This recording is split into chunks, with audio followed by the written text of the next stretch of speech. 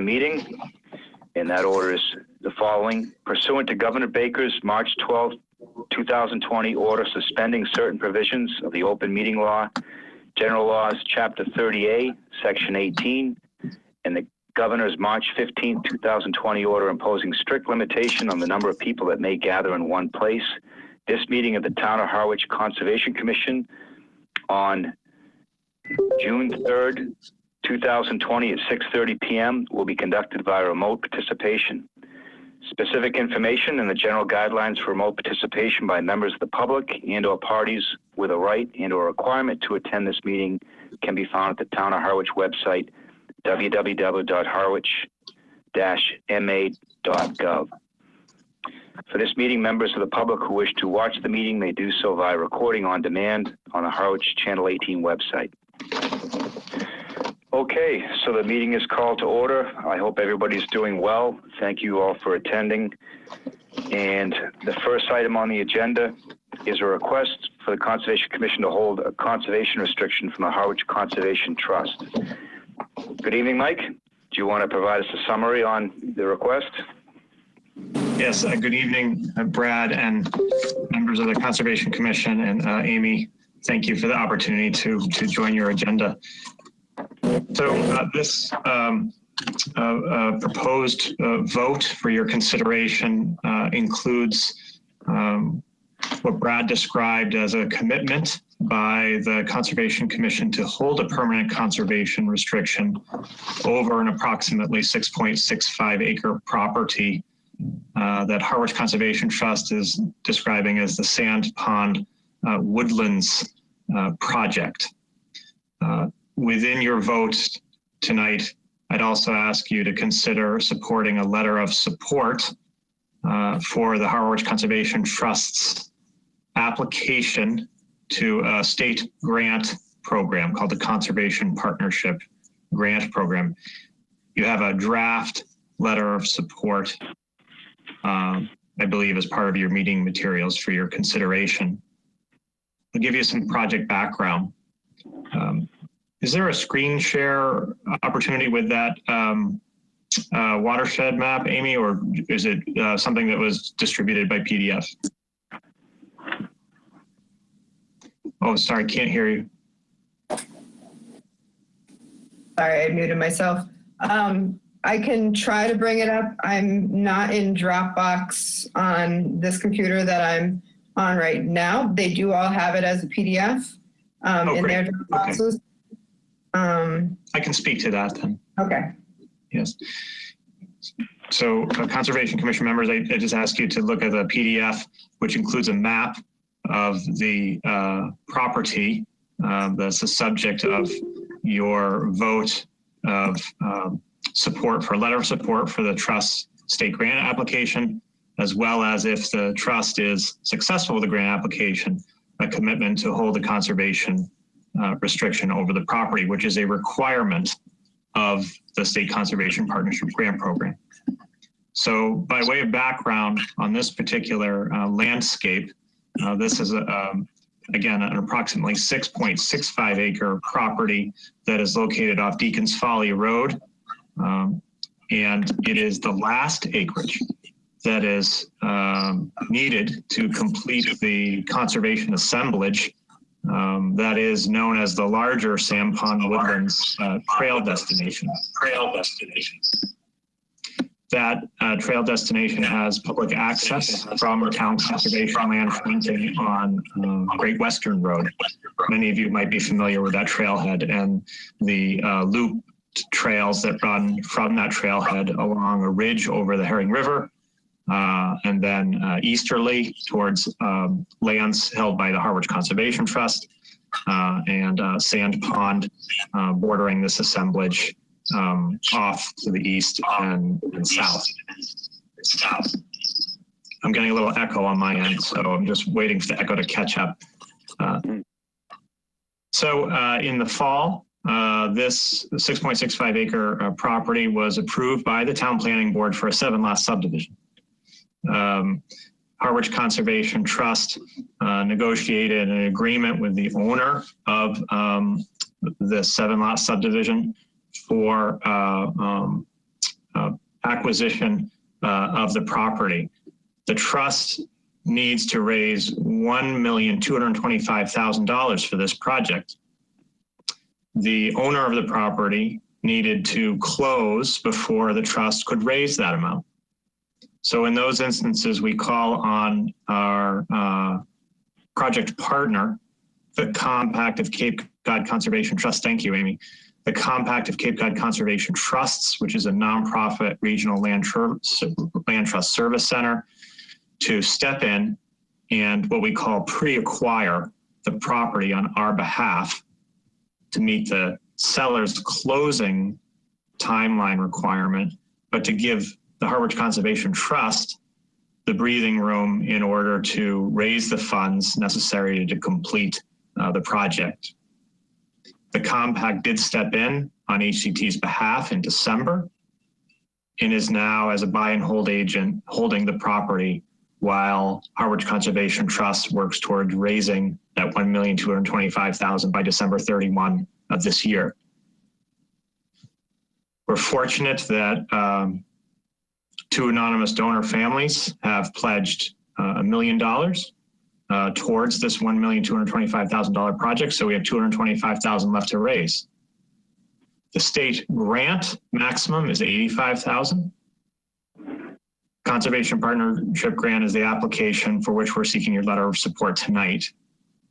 If we're successful, and we won't know if we will be successful with this grant application until November, December of later this year, then that will be bringing us $85,000 closer to bridging that final $225,000 project to completion. You can see the project's significance from a water quality perspective in the map that Amy has on your screen. The light blue shading indicates the watershed that encompasses Sand Pond and then West Reservoir further south. This property is within that watershed.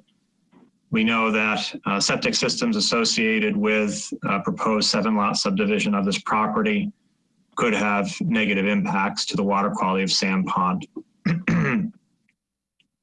We also know that the Herring River is a nitrogen impaired water body.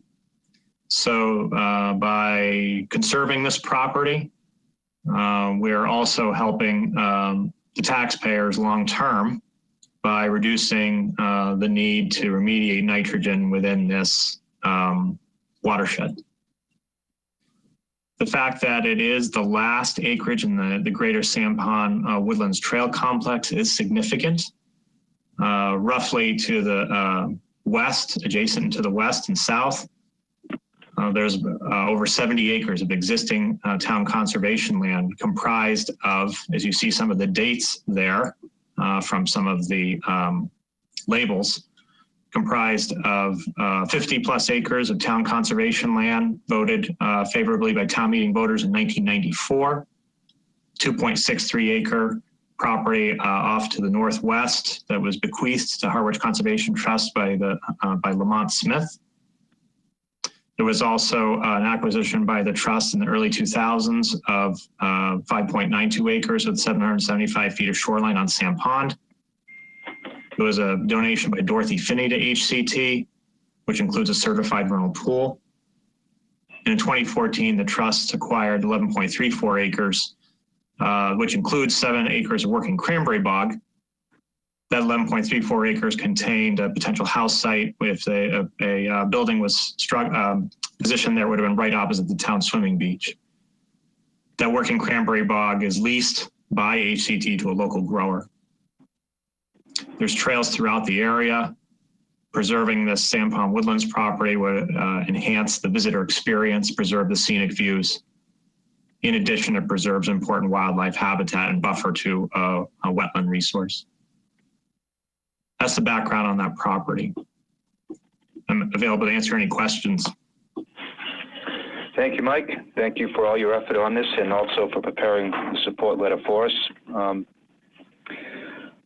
I'll ask if there's any comments from the commissioners on this proposal.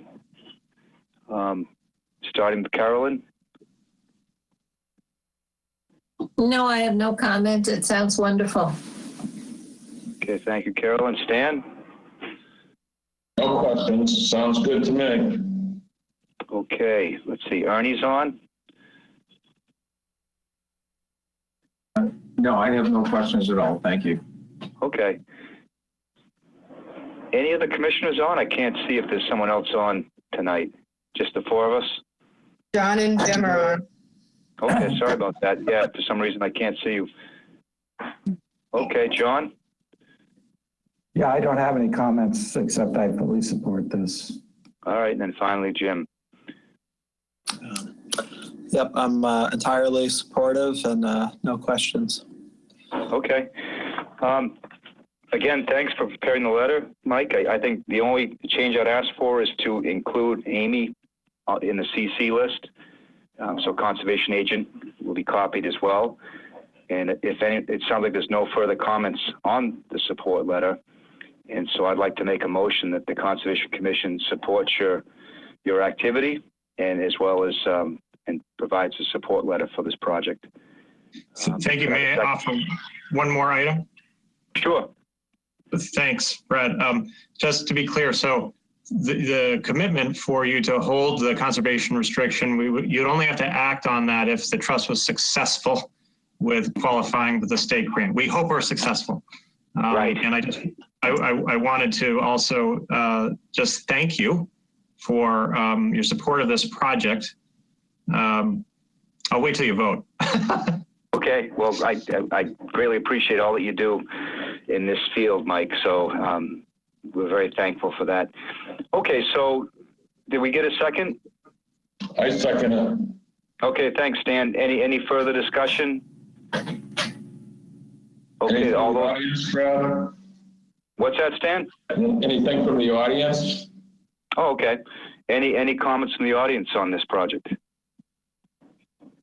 Okay. All right, then. All those in favor of the motion say aye. Aye. Aye. Okay, motion carries. Thank you very much, Mike. Thank you all very much for your support. Thank you.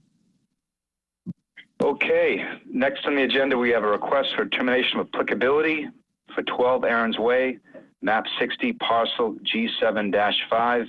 It's a proposal for a new fence within the buffer zone to a cranberry bog. I think we have the applicant online. Do you want to provide us with a brief summary, please?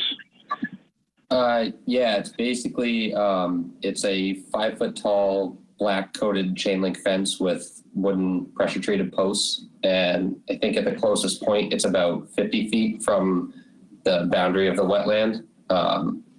And there wouldn't have to be any trimming of any vegetation. The area that's being fenced in is already a pre-existing lawn that was there when we bought the house. And it's basically just to contain our golden retriever that would be absolutely in the bog unless he's on a leash. And obviously with a fence being chain link, small animals and stuff could still pass through it. And it's not so tall that deer or that kind of stuff couldn't jump over it. Okay, thank you very much. Amy, do you have any summary comments for us? Yeah, first, just for the record, if the applicant could just state their name, that would be wonderful. Yes, Gregory and Krista Plant, Plante. Thank you. A couple of comments, yes. Several of us went to the site today, and thank you for staking that out and making it very clear for us to see what you were doing. It is in the existing lawn area. This is abuts an active cranberry bog. The new fence they are proposing within 50 feet of the resource area as determined by the edge of the ditch. Typically, we don't allow structures within 60 feet of a wetland, and fences we consider structures. However, the commission is, if you saw fit to grant a variance from that, you could. In this particular case, I think perhaps we can talk a variance from that, seeing as how it is in lawn area, a bog road separates it from the wetland. It is, again, there's no real disturbance to put this in. I would ask, however, that you do work with me to provide additional mitigation plantings on the slope because we do require mitigation for additional structures. So with that recommendation, I could recommend approval with it. Or with that addition, I could recommend approval. Yep, we could absolutely do that. We have plenty of space to put plantings. We have that whole bank and everything. Yep. I think I think adding additional plantings in addition to the ones you already have to do will be much more beneficial to adding a nice buffer to the wetland resource area, and would negate any potential impacts that the fence could have. So. Thanks, Amy. Okay, I'll ask the commissioners for comments, starting with Carolyn. Carolyn, can't hear you. You're still muted. I don't have any problem with this. I don't see any negative impact to the resource area with putting up this fence. That's it. Thank you. Stan?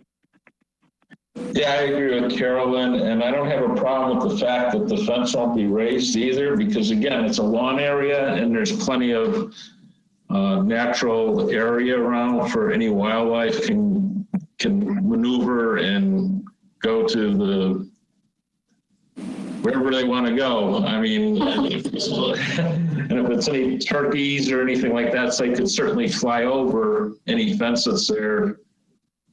Assuming that the dog wouldn't be out there, because I don't think they want to go there anyway. So I don't have any problem with this.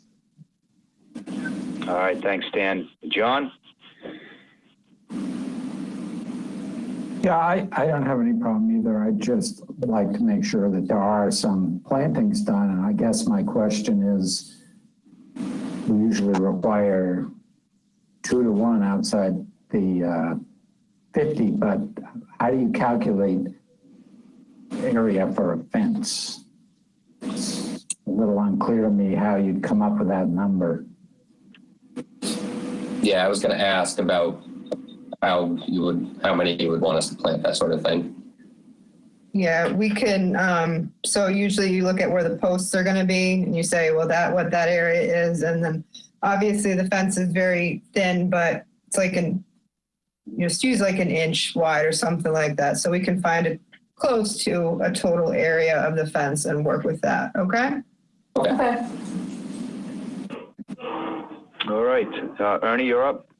Yeah, I agree with Stan's comments, and I have no concerns about it. The mitigation, I mean, the area is so disturbed as it is that I don't think mitigation would be meaningful one way or the other. So whatever anybody's comfortable with, I'm fine with. Okay. Jim?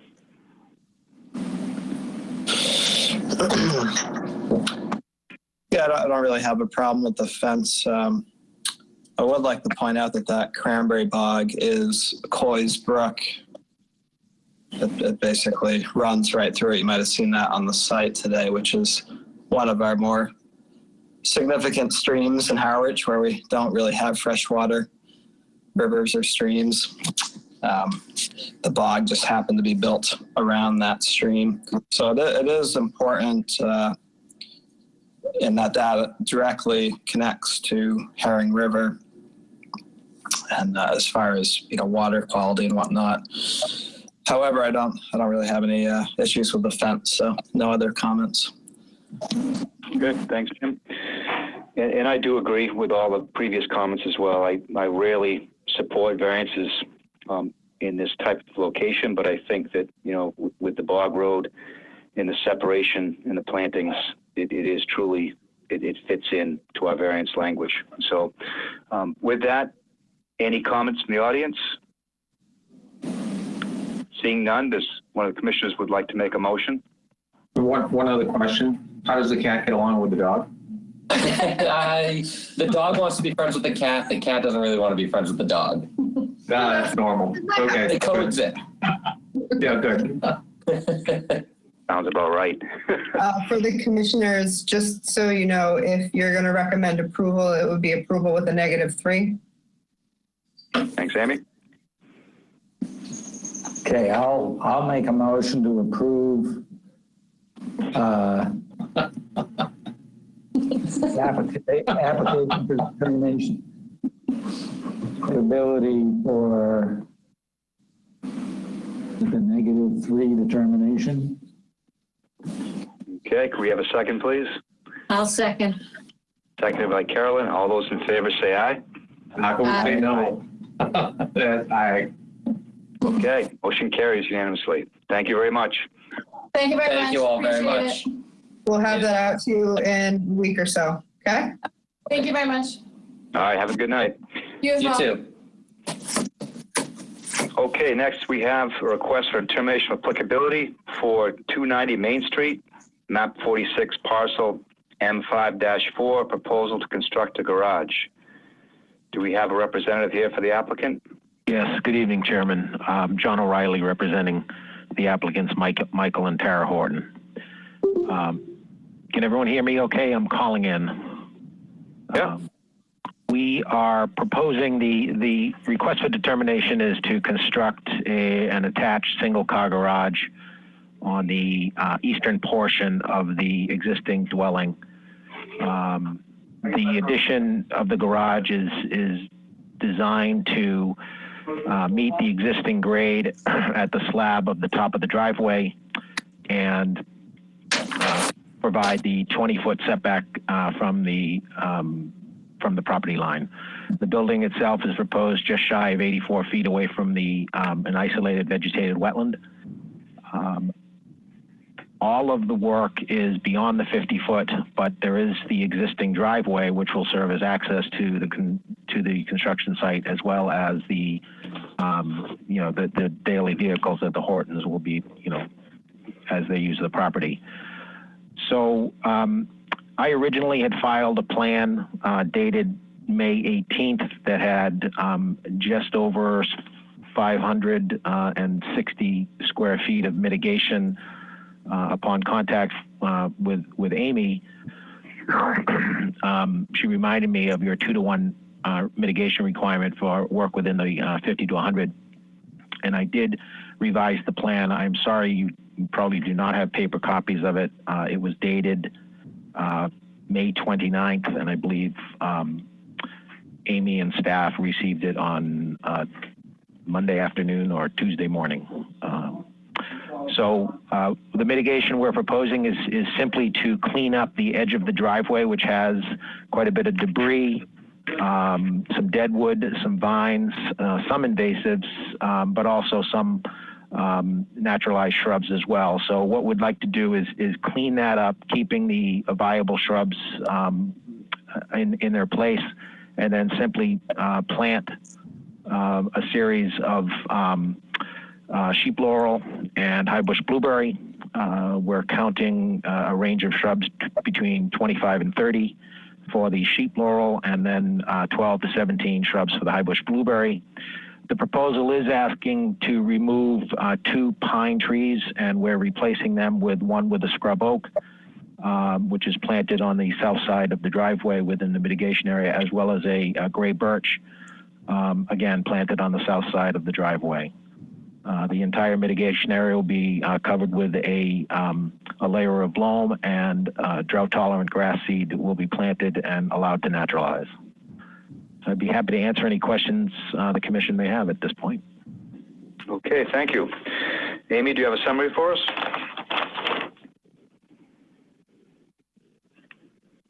Oh, you're still muted, Amy.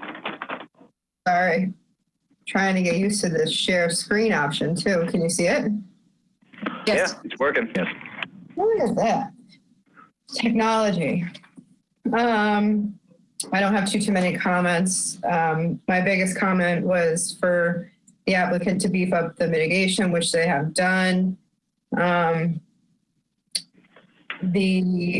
is some kind of sparse vegetation along the edge of the driveway, so I do think that beefing that up would count as mitigation and would provide better habitat as well as runoff and infiltration to the wetland that's down there.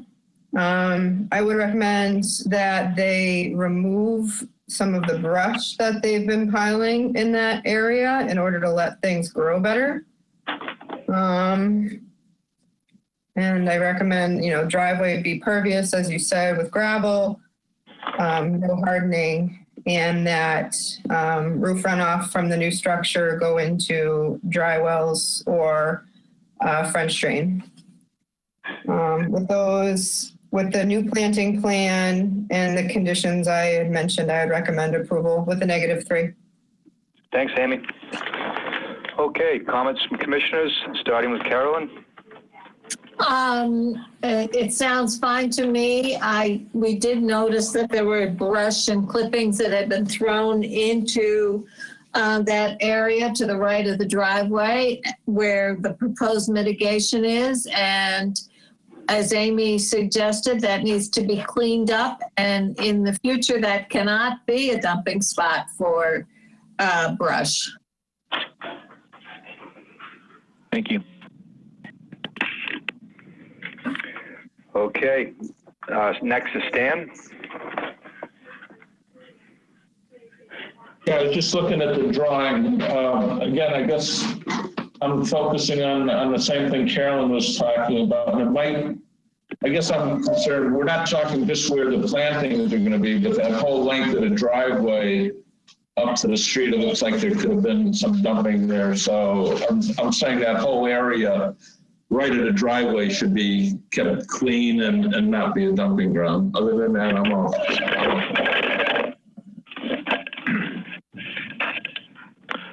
If I could, Chairman, I think the Hortons are listening to us there. I don't think they're on the call, but we would certainly be willing to accept that as part of Amy's condition as far as the removal of the brush and a clear understanding that they can no longer do that. Yes, this is Michael Horton. I'm here with my wife Tara, and we understand the issue, and that's fine. Okay, thank you. All right, next up is John. Yeah, I agree with the previous comments. I just have one other question, which is about the location of Magnolia tree and the fact that the drawing shows the Magnolia tree right at the edge of the new driveway area. And I'm just trying to remember from being there today, the tree seems sort of low. Is that really going to work without trimming? Are you going to have to prune the tree to make room there? I think the regrade the area around the tree, or are you going to interfere with the roots there? Yes, I think the intention that the Hortons have is to try to save it. I did voice my concern, and they're similar to yours, John, as far as the ability to save it being right on top of the edge of the driveway. So I don't know if Mr. Horton has a response, but I would think that. Go ahead, sir. I would just say that we're a very big fan of that Chinese magnolia, and we're going to do everything we can to save as much as possible of it. Okay, thank you. I can see why you're a fan, so, okay, thank you.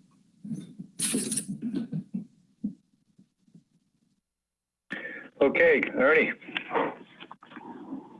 Yeah, the only question the same with John, as far as that magnolia being in the driveway, I would suggest that the driveway be cut back around that tree to ensure its preservation, but that's probably more aesthetic than anything else. There are 2 pine trees that I see that you plan to flush cut and remove, and they're outside of the construction. Can you explain that for me?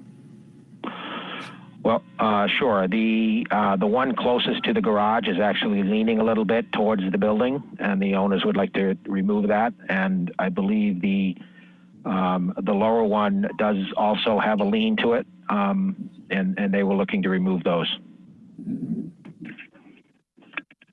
And we are trying to replace them with the 2 trees we're specifying on the plan. Where are those trees going to go, John? They are kind of hard to see. If you see the wording, or you see the 83.7 dimension, right above flag 4. Yeah. If you follow that line up and then go to the right, there is a tree to the right, and then the birch is to the left of that line. And there is a key on the plan that you can see it. It's a little difficult to see with the hatching, but it is there. So they're nowhere near these 2 pines that you want to take out. Yes, that's correct. We pushed them over there, correct. Yeah. I mean, the one near the pear tree, I guess I could understand. I'm not sure why we would take out the pine that's closest to the 50-foot marker line. I'd rather see that one remain personally, but I defer to the rest of the commission with respect to their opinions on that as well.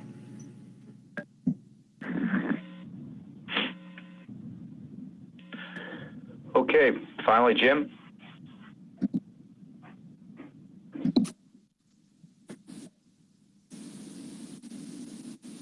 Any comments, Jim?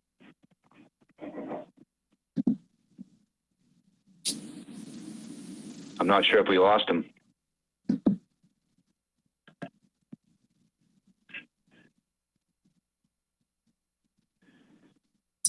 Yeah, I'm not sure. Yeah. His mic is on, but I can't hear him. Okay, well. Hey, Brad, I do want Yes. to have another question. It's Sam.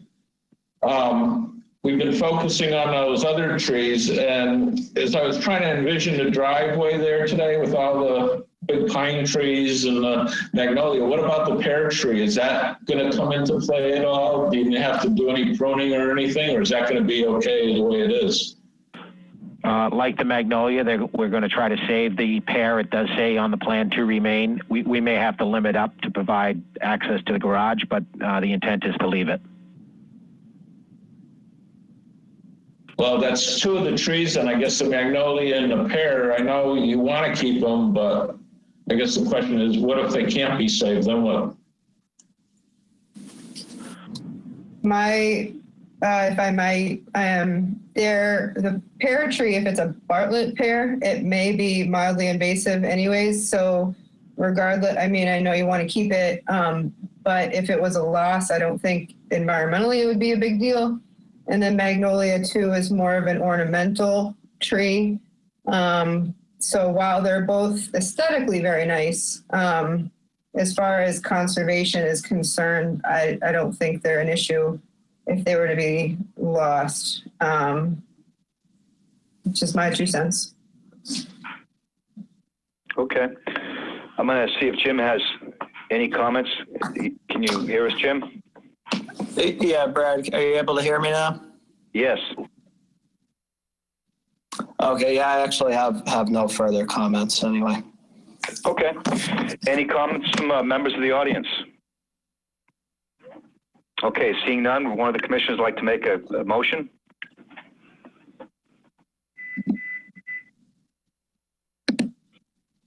I move we approve the order of conditions. Amy, is that No, right? it's determination of applicability with a -3. Oh, okay. For 290 Main Street, with the provision that they retain the southernmost pine tree that's currently closest to the 50-foot delineation with a -3 determination. Okay. Could I please have a second? I'll second it. Okay, seconded by Stan. All those in favor say aye.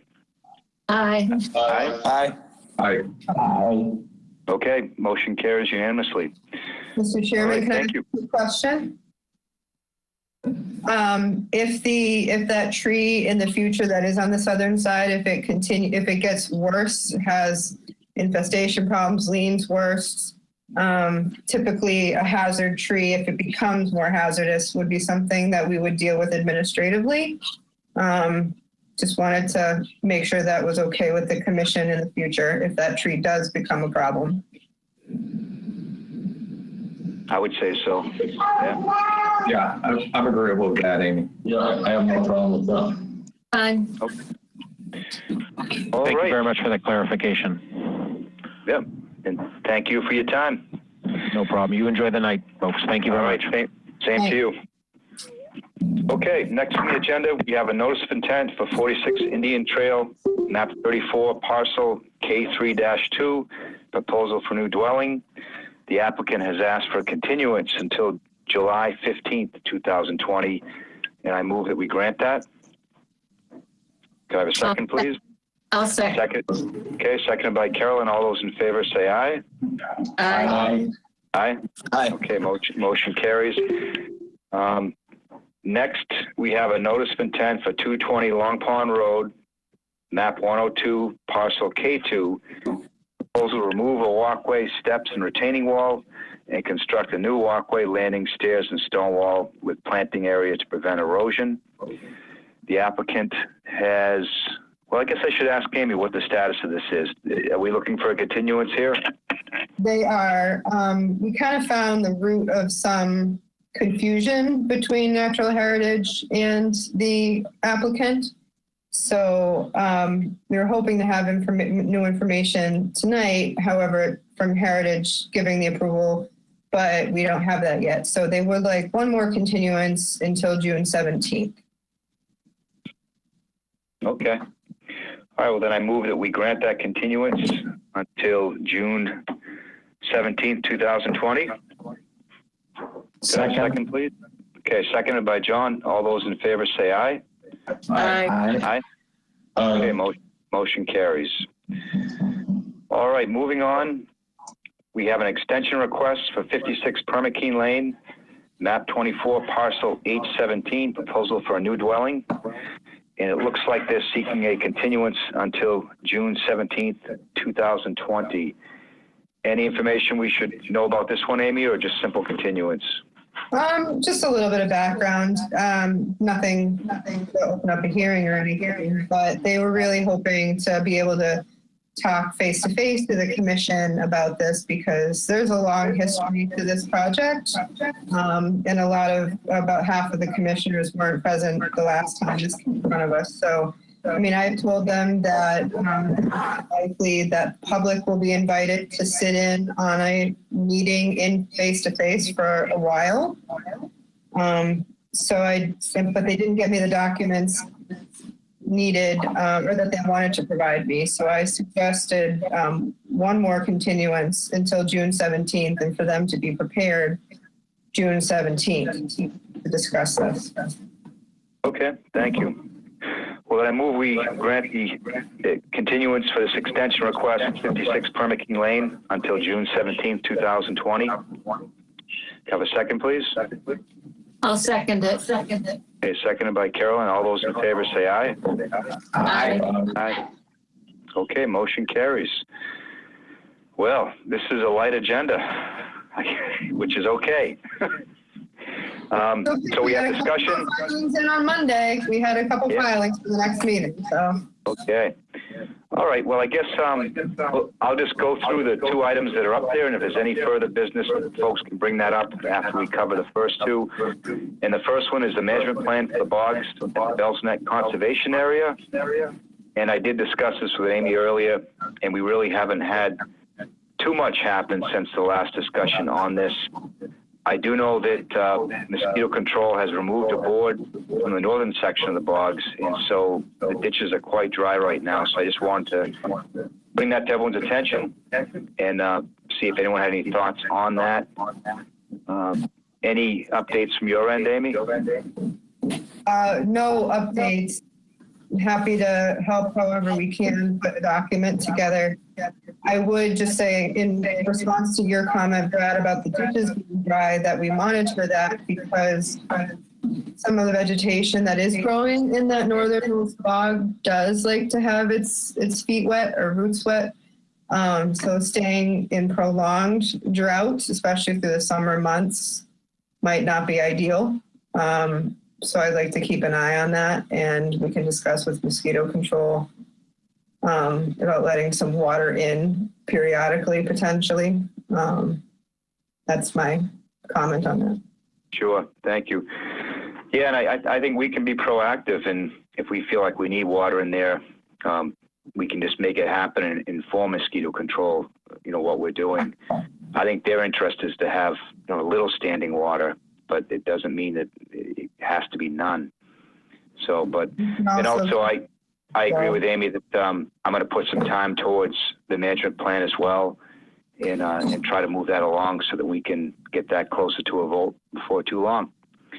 But I'll run through everybody because we did talk about this quite a bit last time, and just see if any folks had comments or questions. So I'll start with Carolyn again.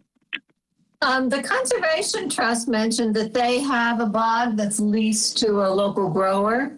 It would be interesting to get their opinion on how it's working out and what their lease looked like. I think we were reinventing the wheel when we came up with our own lease request. I personally am for naturalization, but I thought it was interesting that it sounds like it's successful for them to have a bog leased out. So if we could get a little more information on that, it might be interesting. That's all. I can get that. If it's public information, I'll ask Mike. Well, we don't need to get the personal information of the grower. Just No. Yeah. the form is. Right. Yep, that'd be good to see that. Stan, any comments? Yeah, my only comment about that is I would be in favor of doing that, but from what I heard at last meeting, it's beyond what we can do at this point in terms of maintaining it as a ongoing bog at this point. So I don't know if maybe that would have been good when we were considering this issue, but it sounded to me from all the discussion was it's beyond that point now. Well, Stan, I would just offer that, we're still obliged to produce a management plan that will be aired in a public hearing. And I think we still want to have one option in that plan. It's really going to have a list of alternatives. And one option should be the farming concept. So I don't think we're just completely eliminating that concept as an option, because the public's going to want to talk about that. And so I think getting more information on other leases is not a bad idea. So, we have heard from several people, comments with several hearings in a row, that, it's going to be difficult to bring that bog back. But I think I like the idea of having a good list of alternatives. Okay, John. Yeah, I missed last meeting. I did take the time, however, to watch the entire thing and hear all the comments and read the material. I am also very much in favor of a plan that goes way toward naturalization. And I believe most of my fellow commissioners, I don't have any firsthand experience with the cranberry industry. So except for what I've heard as a commissioner, but my understanding is that the business, it's no longer a viable business, and the town is lucky to be able to maintain a few commercial bogs in town. But I think that we're beyond the point for various reasons, including the fact that it's not realistic to bring that bog back to commercial production given the time that has elapsed. And as far as I can tell, it wouldn't be a viable business anyway. And I don't think it's up to us or the town to spend town resources to try to rescue that business.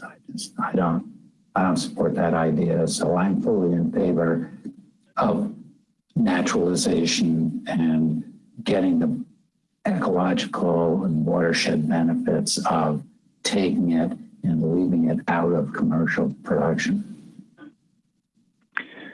Thank you, John. And you probably picked up the path we're heading on. We're looking to produce an update to the Conservation Area Management Plan, right? That will have a series of options, and we're hoping that, in a month, 2 months, have a draft that all commissioners can review, and then we can bring to a public hearing. So we all agree that we need to, bring this to a head and figure out how we're going to manage the property looking forward. So thanks for spending all that time to catch up on things.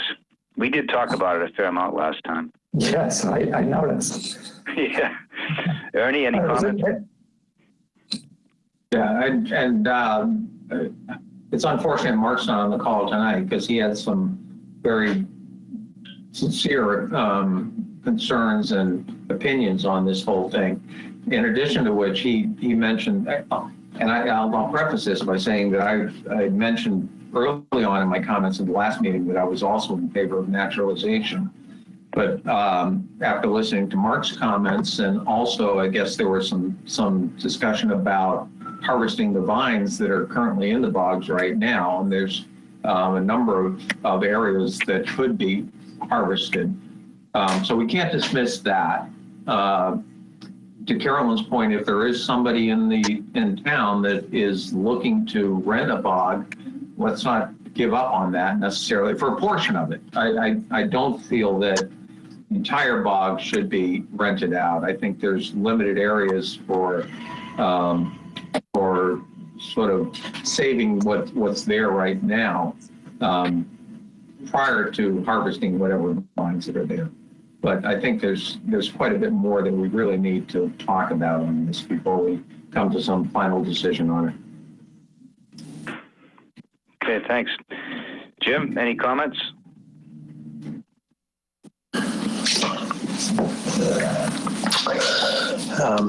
Well, yeah, I'd like to talk about some of the specific management issues that we should really be addressing now, and really should have been addressing the past few years.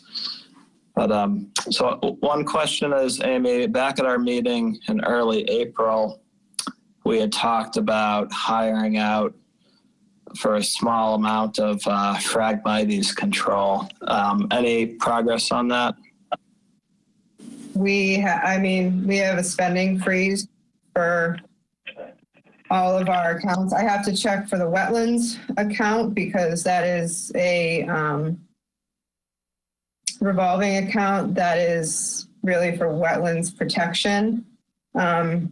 I will make a note to check on that I know Larry's on the call, but I'll chat with that with Joe as well. The ideal time to be doing any frag stuff would be late summer into the early fall, so we can see if we can use wetlands funds for that, we can see what we can do. Okay, yeah, thanks. It's a relatively small amount now, so if we nip them in the bud, they'll be a lot easier than dealing with it 5 years from now. Absolutely. So it would seem reasonable that wetlands funds could be used for that purpose. Beyond that, the mowing issue I've brought up a few times. It's currently done by a neighbor on their own accord, essentially, which is nice of them to do in a way. However, that it's pretty extensive in some places, and that they go right to the edge of the wetland.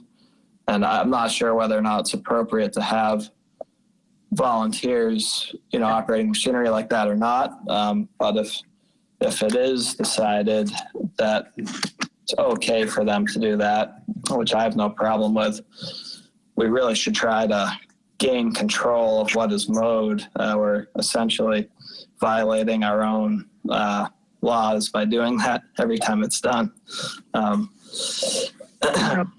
Thank you for that. I will talk with DPW about getting it into our town mowing schedule. Obviously not so frequently, maybe once a month or something like that at most. Just that 6 to 8 foot swath, not close to the edge of the bog. And I'll talk with the person I'll talk with DPW first, make sure that we can fit it into, an occasional mow schedule. And then I'll contact that owner and thank him for assisting us, but let him know that the town is going to take care of it. Yeah, it seems like that probably is more appropriate, and we could discuss this further. But I have an interest in maybe doing an annual mowing of some of the meadow areas. Mm-hmm. After November 1st, to kind of keep that habitat open and that space, which I think a lot of people appreciate there. Mm-hmm.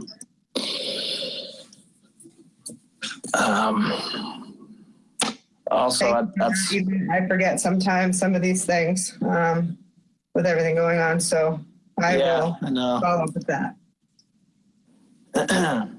Well, I feel like at each time we have these discussions, we talk a lot back and forth about the way it's going to go, and there's kind of accusations that we're not managing the property, and so I'd like to just kind of manage the property or focus some energy into managing the property, which I suppose we should be doing. There's some other invasive control that we might be able to do through volunteers or AmeriCorps or whatnot, as far as just hacking down a few of the invasive willows or the Russian olives. There's only several in the bogs, but that would be probably a benefit to do that and let other native species thrive in place of the Russian olives and whatnot. And I do have a concern with the water control. It does, as long as we have a plan, I'm open to different ways of controlling that water, but just to let all the wetland vegetation die this summer in certain areas without any future plan doesn't really help anything. You still have puddles everywhere every time it rains. From my understanding of the science, that's the worst case scenario for mosquito control, particularly the mosquitoes that actually carry the diseases. They grow in puddles. Once you have larger areas of water that can actually support mosquito predators, it's less of a problem. So I don't particularly understand the science that they're working on and what they're doing now, because we're basically left with just small puddles everywhere, which from what I understand is the ultimate mosquito breeding ground. So to me, it probably makes sense to put that one board in the uppermost bog. I'm not sure if there's additional one out of the middle bog also, but at least to keep it as a viable wetland until something else is decided seems to me the way to proceed. But those are my comments. Thanks, Jim. Have you been by there in the past week to look at those ditches? Yes, I have. The northernmost section, which is more becoming a kind of wet forest anyway. That's quite dry. I'm not sure. It's also still somewhat damp because just the water table. So I can't tell whether or not it's going to harm the, what's in there or not. To me, the southernmost bog, which is essentially more of a naturalized freshwater marsh or wet meadow, that I'd almost be more concerned with, of just losing all that freshwater wetland vegetation and having it become replaced with other species, at least until we know what we're doing there. So it sounds like you'd like to see some more water in there. Yeah, and I do agree with the mosquito control that we don't need water on top of the bog surface. But I think a little bit more to at least keep the wetlands viable and the ecology going, as far as all the things that eat mosquitoes, and that certainly makes more sense to me. And it's 9 acres of wetlands. To just decide to drain it and really kill it off is, to me, is a decision that shouldn't be taken lightly. No, I agree. And I think that, you know, we could make it so that there is a steady low volume flow through there that would keep things wet enough, but would also hopefully dissuade some mosquitoes. Yeah, I think it's way too dry as well. And I was not made aware of any of more boards being put in or the drying out of the bogs at all. So.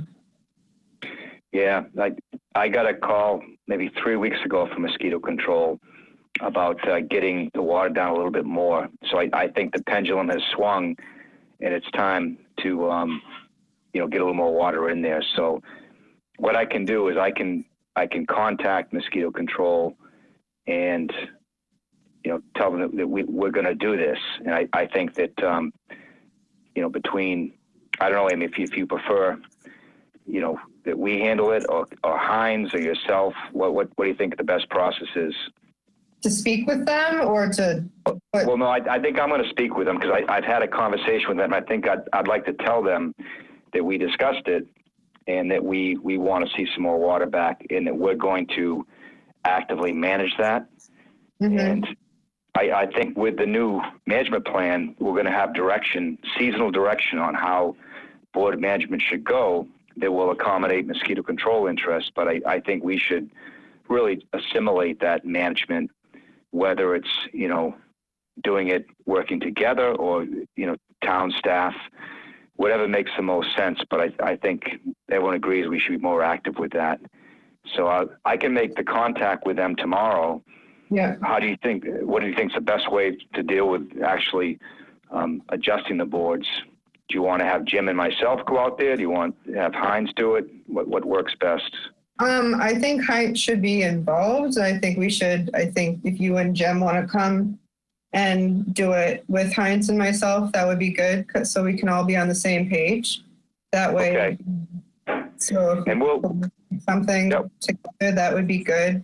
In the meantime, the way that Heinz can just let some more water in, we will. But if we can meet within the next week or so down there and just come to a decision really on how to get just a little bit more flow going through there, that would be good.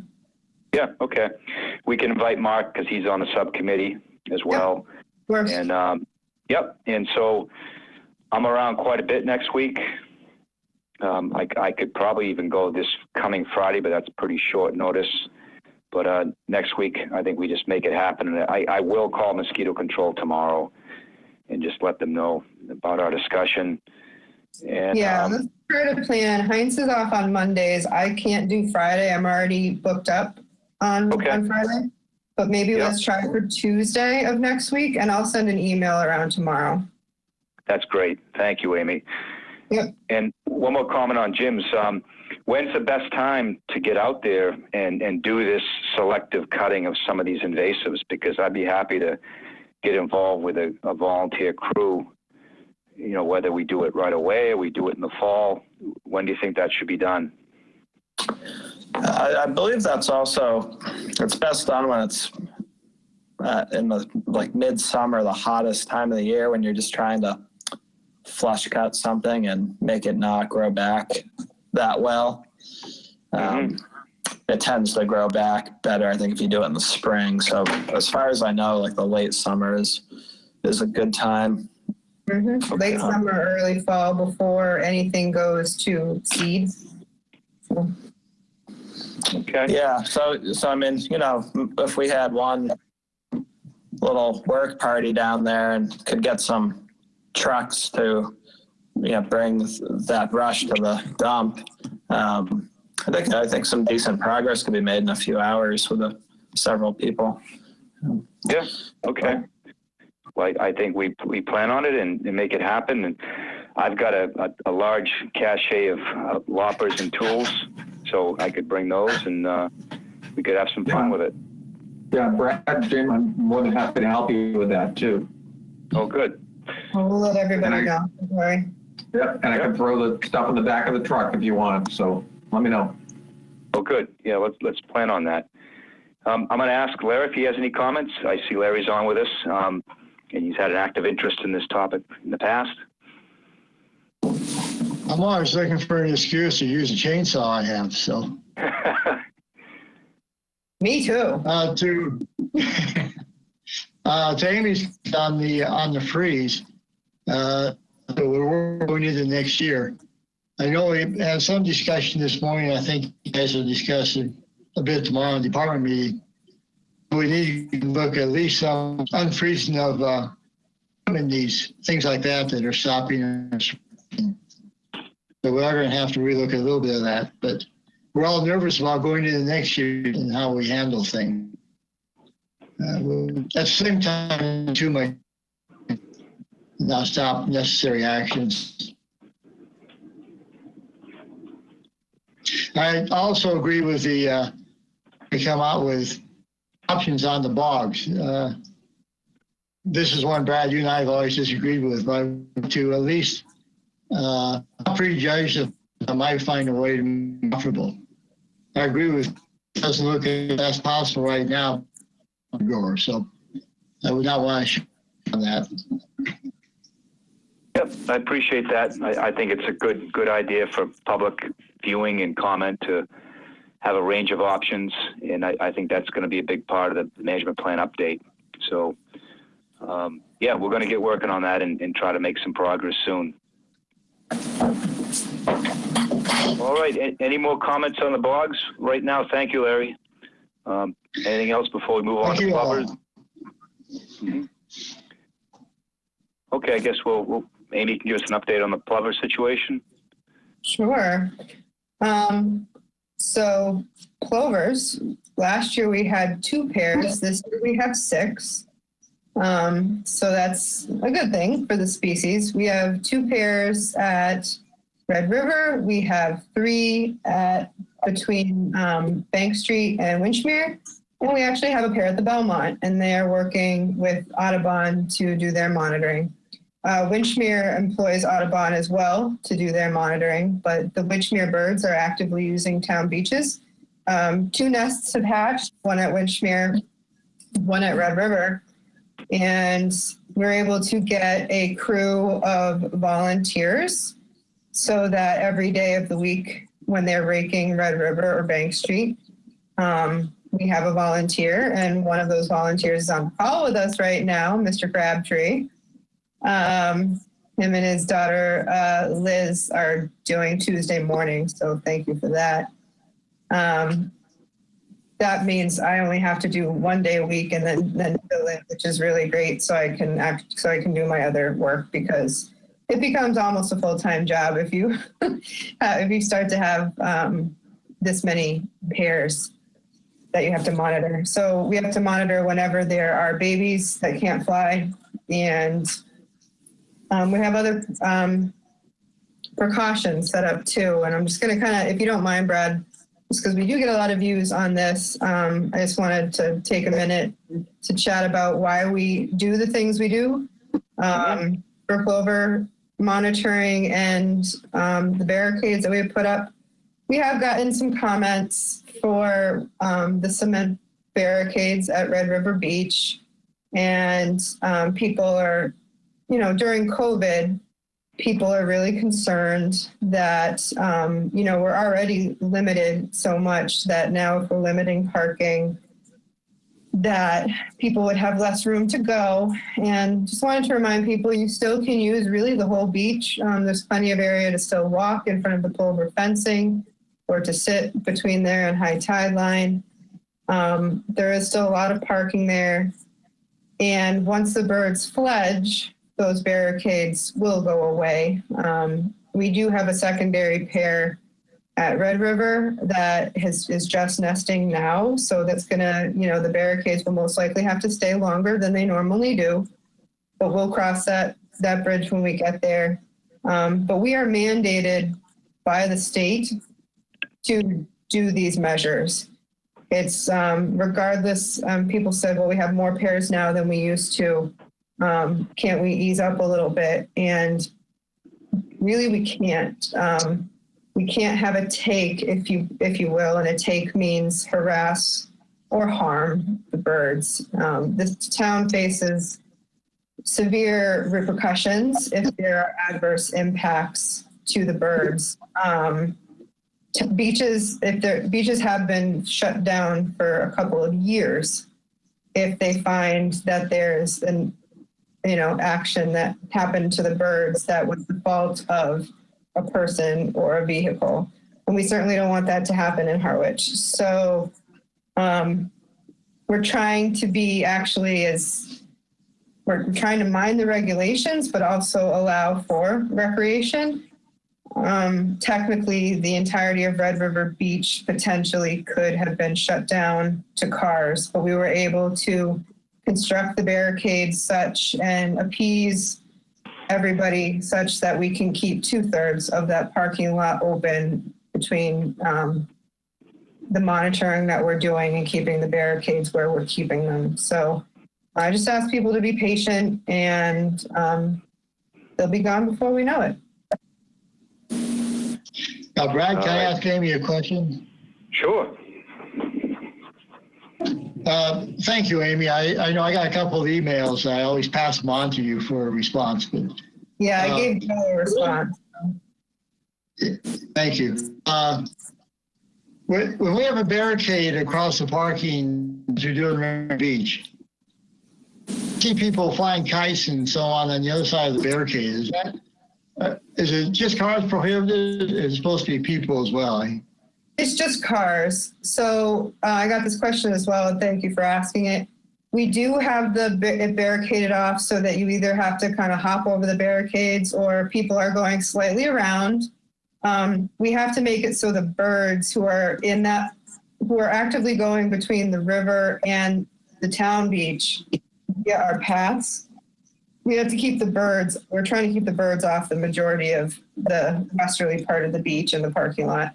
It is really just for cars. If people walk there, it's not gonna harm the birds or bother the birds. So I see a lot of people there in the morning when I'm out there monitoring, people who just hop right over the barricades. That's totally fine. And they can still, those paths are still open too that are beyond there. We didn't fence off the paths so people can still, get onto the beach that way too. And it's not a problem.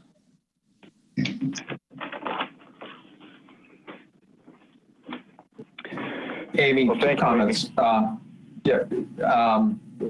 When we were doing the monitoring Tuesday, we were talking to the guy from the DPW that was driving the rake across the beach. And he mentioned to us that he had heard one of the towns on the Cape, when they emptied the rake, found a dead plover in the rake. The state closed that beach for 5 years. So it's a tremendous impact if these birds are harmed in any way. I don't think people recognize that. The only other comment I would have is those concrete barriers. If people are allowed to walk down that way, could we have them moved apart a little bit so you could pass through rather than having to hop over them? Our guidance has been there can't be an opening in them. We can't willingly put an opening in the barrier so the birds can't get through that. Okay. So it's birds more than people. It is the birds more than the people. Okay. And just to your point, people will say, well, maybe how does the state know that if we had a mortality? And we are actually required to do a ton of reporting. It's two-thirds of the work for plover monitoring is the tracking and the reporting. We are required to submit that. If not, then there is investigation, and we don't want to go there. So they will, if we have a mortality, we are forced to report it. And we have to really kind of say why, if we can figure it out. A lot of times we do have mortality, especially with the chicks. Not all 4 chicks are going to make it. But usually that's because of predators like fox and crow and marsh hawks and things like that. And you can't explain those types of things. It's just nature. But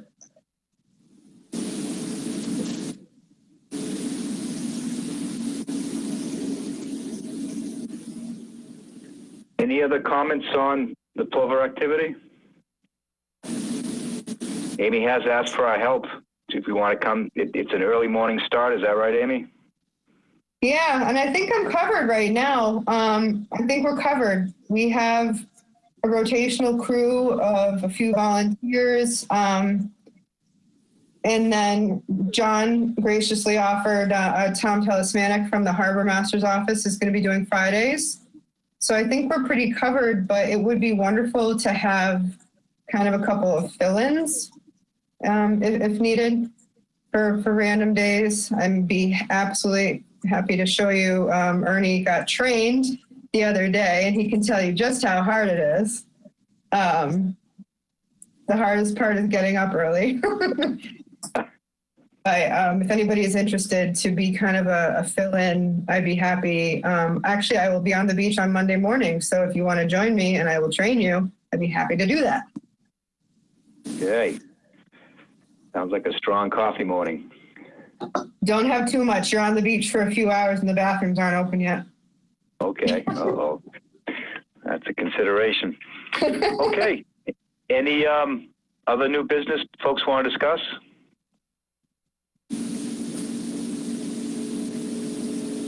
Any updates? I'm trying to think. The herring run at the reservoirs had a real late season rally with lots of fish showing up kind of late in the season. So the numbers have been really increasing. So that's good news because a few weeks ago, the numbers were way down compared to last year, but they've been coming up really rapidly. What are your numbers now, Brad? Last I heard it was like 700-something thousand. I was there on Monday and it was 860,000. Good. And last year, which is a huge number, last year, was 1.2 million, but that's very rare. But a month ago it was like 400,000. So we were wondering what was going to happen, but a lot of fish have come on strong and we're not really seeing that at too many places around the state. But they've really got the numbers up. So it's probably creeping towards 900,000 at this point. Good. And it should end really soon. So that's a good news for everybody.